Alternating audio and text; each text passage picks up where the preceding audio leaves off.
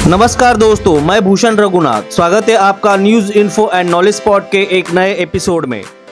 अति विशिष्ट लोगों की सुरक्षा को लेकर खासी सावधानी बरती जाती है। उसमें तैनात होने वाले सुरक्षा कर्मियों का चयन काफी छानबीन के बाद की जाती है, मगर ओडिशा में शायद इसे लेकर अपेक्षित गंभीरता नहीं बरती गई, जिसका नतीजा यह हुआ कि एक सहायक पुलिस उपनिरीक्षक यानी एएसआई ने राज्य के स्वास्थ्य एवं परिवार कल्याण मंत्री पर गोली चला दी और उनकी मृत्यु हो गई। स्वास्थ्य मंत्री एक बैठक के लिए गए हुए थे और वहां इकट्ठा हुए लोगों का अभिवादन करने अपनी गाड़ी से उतरे ही थे कि उन्हें गोली मार दी गई।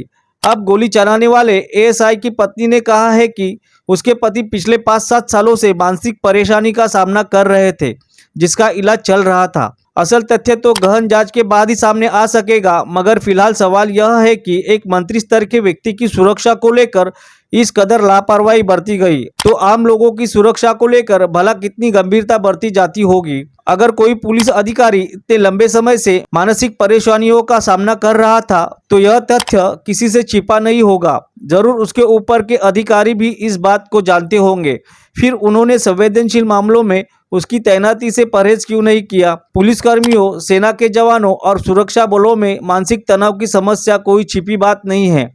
अनेक ऐसे उदाहरण मौजूद है जब मानसिक तनाव और अधिकारियों के किसी प्रकार के मनमुटाव के कारण किसी सिपाही ने अपने ही साथियों को गोलियों से भून डाला या अपने किसी अधिकारी को गोली मार दी।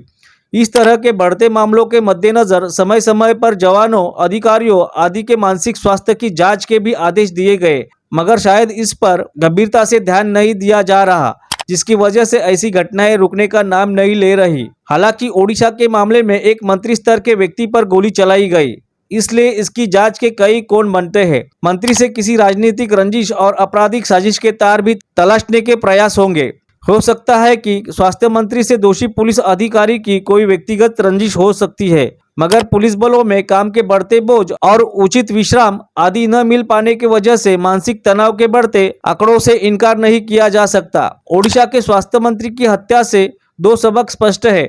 एक तो यह कि विशिष्ट लोगों की सुरक्षा को लेकर किसी भी प्रकार की ढिलाई खतरनाक साबित हो सकती है। दूसरा यह कि पुलिस बलों पर काम के बोझ का मूल्यांकन और उनके स्वास्थ्य को लेकर गंभीरता से विचार की जरूरत है। अगर दोषी पुलिस अधिकारी का मानसिक संतुलन ठीक नहीं था तो उसकी तैनाती ऐसे काम पर क्यों की गई थी जिसमें अधिक सतर्कता और सक्रियता की जरूरत पड़ती है। अक्सर पुलिस महकमे का कहना होता है कि उसके पास कर्मचारियों और अधिकारियों की कमी होने के कारण वह अपने जवानों को उचित अवकाश आदि उपलब्ध नहीं करा पाता। उन्हें तय समय से कहीं ज्यादा काम करना पड़ता है। अक्सर पुलिस अधिकारियों को कई दिन तक लगातार काम करना पड़ता है, मगर इस तर्क से किसी अस्वस्थ व्यक्ति के ऊपर अत्याचार की छूट नहीं मिल जाती। शायद इस घटना से सरकारें पुलिस महकमे में जरूरी सुधार का सबक ले।